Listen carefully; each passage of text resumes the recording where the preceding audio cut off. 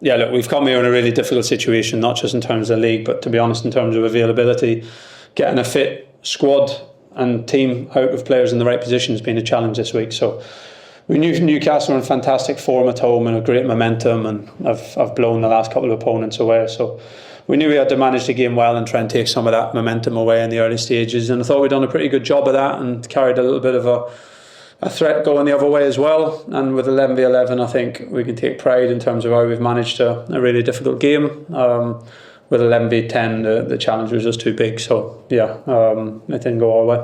What was your view of the two key decisions, the second yellow and the penalty? Yeah, I think just the first yellow was the key decision in my opinion, to be honest. I think we're really frustrated with that one because, yeah, as I see it, at the time Ben Johnson's running through, takes a touch past the last man, he's running at pretty much full pelt with the ball. Dan Burn sticks his leg out, his foot and his knee across Ben. Whether there's minimum contact, little contact, no contact, I don't know, but I think the forward in that situation is natural to go over the contact. You don't have to get smashed by the defender. It's natural to sort of try and ride the contact. Of course, whether it's a foul, no foul is really, really marginal, and there'll be 100 slow motion replays to see what contact there was that I haven't seen, but I don't think there's any need to give a yellow card. It's not simulation, he's not that type of player. I think he's expecting the contact when Dan Burn sticks his leg out and he tries to get out of the way of the contact, and if the referee doesn't think it's a free kick, then fair enough, but to book a full-back in that situation makes it really, really difficult. Then yeah, second yellow, I think in isolation you can say a yellow can be given, but again, I think when it's a player's first foul of the game and the first yellow was a couple of minutes earlier and it was a very debatable, in my opinion. I've said that because it's happened early in the season. I think a red card in football is such a big thing that there should be room for discretion in those areas when it's a first foul and it's very close after a very debatable yellow card. So, you know, we've had a couple of those this season. We had Axel Twanzebe earlier in the season when, you know, we've had 2 times the fullback's been sent off with 2 yellows for 1 foul, and that's pretty tough to take. But yeah, look, I think that had a big impact on the game today. To be honest, it was tough, and it was going to be tough. I think it had a big impact on the game today. But in terms of reflecting on the whole season and stuff like that, we're not gonna put it all or hide behind referees in any way.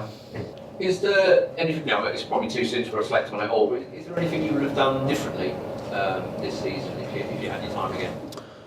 No, look, I think those reflections today, I think it's mathematically impossible to catch teams, but I think you reflect as the season goes on, and probably since the Wolves game we knew that the climb was going to be too big. So of course there's things to reflect on. Of course there's things that, you know, we look back and think maybe we could have done better or differently.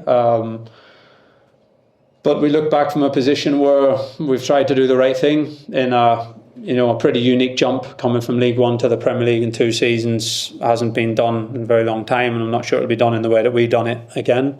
So there isn't really a rule book for that. Already people know and can see that the jump from the Championship to League One has, from the Championship to the Premier League has grown and has become really difficult, and we're in a pretty unique position in the summer. So we've tried to act in the best interests of the long term, future of the club, while still giving us a chance to be competitive this year. I think we've been competitive for the most part.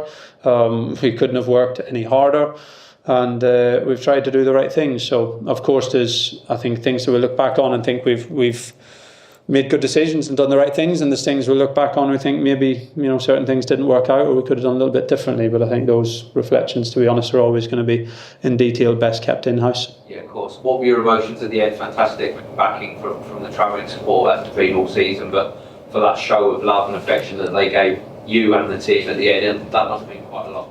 Yeah, it does. Look, we've had it plenty of weeks, and it's humbling really and incredibly appreciated. I think we've got an incredible supporter base as the team who we faced today do, and some similarities there. And it was even the singing at the end for Sir Bobby was I think was fantastic. But yeah, the reception that we got is so appreciated. It's humbling, and we want to keep earning it. We know it's not just for our efforts this year. I think the supporters can see that the players have given everything today, as they have on so many days, but we've fallen short, but I think they know that everyone's given everything, and I think they also know that the journey has been an incredible one, and this is now a step back. But if we stick together and do the right things, then it can still be a great springboard to push on again. So no, we really appreciate it.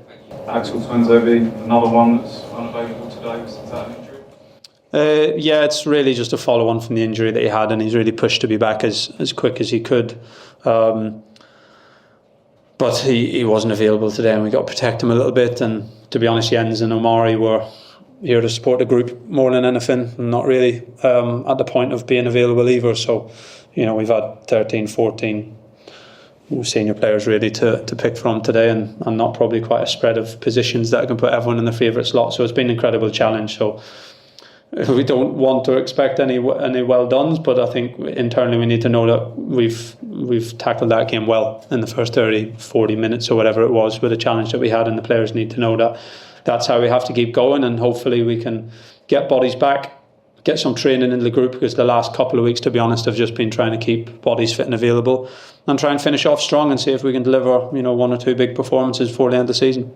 Describe relegation as a blip, but in your mind, do you still think Ipswich are an upwardly mobile curve?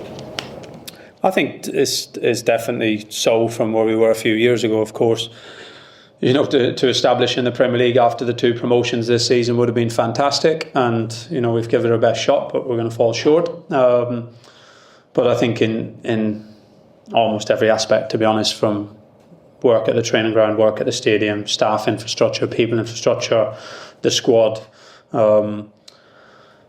strength and development of players, I think in every area we're much stronger than what we were a couple of years ago. So that doesn't guarantee us anything. There's no guarantees that we can that we continue that progression. But if we work hard again, if we continue to work as hard as we are, if we do the right things, if we make the right decisions, then I think the club's got a great chance to push on again. Clearly, Burnley is a model. What makes you confident that you can be a Burnley Sheffield United lead rather than a Newton when down the stroke? Look, I think I've said it many times. Every club's their journey. Burnley have been 10 years in the Premier League and then got relegated once and came back down and went back up and came back down. So we're not in that position. Leeds, Leicester, Southampton, we're on a really completely different journey than them. So we have to focus on ourselves. We know what we're going into next year. We know how challenging and competitive that league can be. But we feel that we're in a strong position as a football club. So we just need to focus on ourselves and finish the season as strong as we can, work well over the summer, and then crack into the next challenge.